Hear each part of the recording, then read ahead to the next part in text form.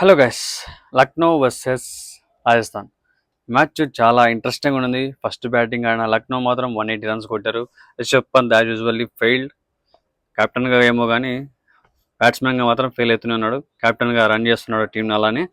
And Markram నాకు ఖచ్చితంగా మెచ్చుకోవాలి. మన నికోలస్ పురన్కి ఫస్ట్ అవకాశం వచ్చింది, ఛాన్స్ క్యాచ్ ఇచ్చాడు, వాళ్ళు పట్టుకోలేదు. తర్వాత మళ్ళీ ఇంకో క్యాచ్ ఇచ్చాడు సందీప్ శర్మ బౌలింగ్లో. ఈసారి పట్టేసుకున్నారు, అవుట్ అయిపోయాడు. లేకపోతే ఈసారి స్కోరు 400 అవతల ఉండేది. అంటే తన స్కోరు 300 సంథింగ్ ఉంది కదా ఆరెంజ్ క్యాప్తో, ఈసారి 400 క్రాస్ అయిపోయేది అని చెప్తున్నా, అట్లా అనమాట.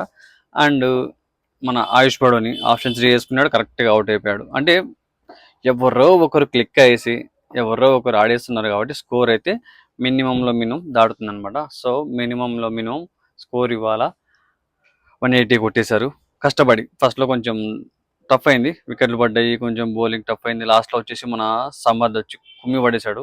లాస్ట్ ఓవర్ 4 సిక్స్లు కొట్టేశాడు ఒకటేసారి. సందీప్ శర్మ బౌలింగ్లో అది కూడా బాగా కొట్టాడు.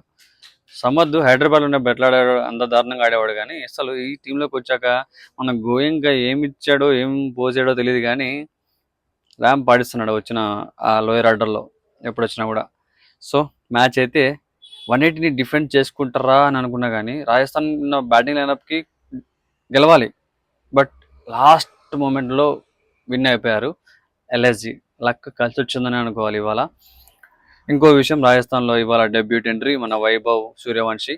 14 years ఏజ్లో డెబ్యూట్ అనమాట. మంచి స్టార్టప్ ఇచ్చాడు. ఓపెనింగ్ దిగారు ఇద్దరు, జైస్వాల్ మన వైభవ్.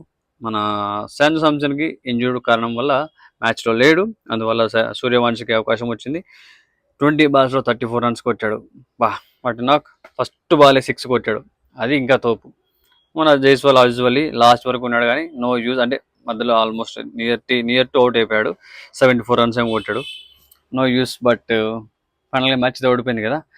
హెట్మైర్ అండ్ జూరల్ లాస్ట్ వరకు ఉన్నారు కానీ నో యూజ్. లాస్ట్లో వాళ్ళిద్దరు కదా, వాళ్ళిద్దరు ఎంత హిట్టర్స్ పెట్టుకొని లాస్ట్లో కొట్టలేకపోయారు.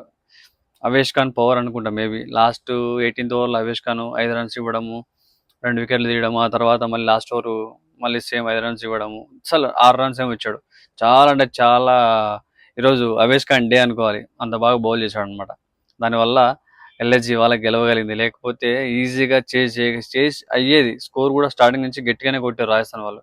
మరి నేను సడన్గా చూసేసరికి షాక్ అయిపోయింది మ్యాచ్, ఇంత దారుణంగా ఆడారు అప్పా అనుకున్నా. సో ఇవాళ నా రాజస్థాన్ డే అవుతుంది అనుకున్నా, బట్ అవ్వలేదు. It's okay. బట్ ఇంకా రాజస్థాన్కి ఛాన్సెస్ చాలా తక్కువ ఉన్నాయి, ఛాన్సెస్. విల్ సీ ఏమవుతుంది అనేది.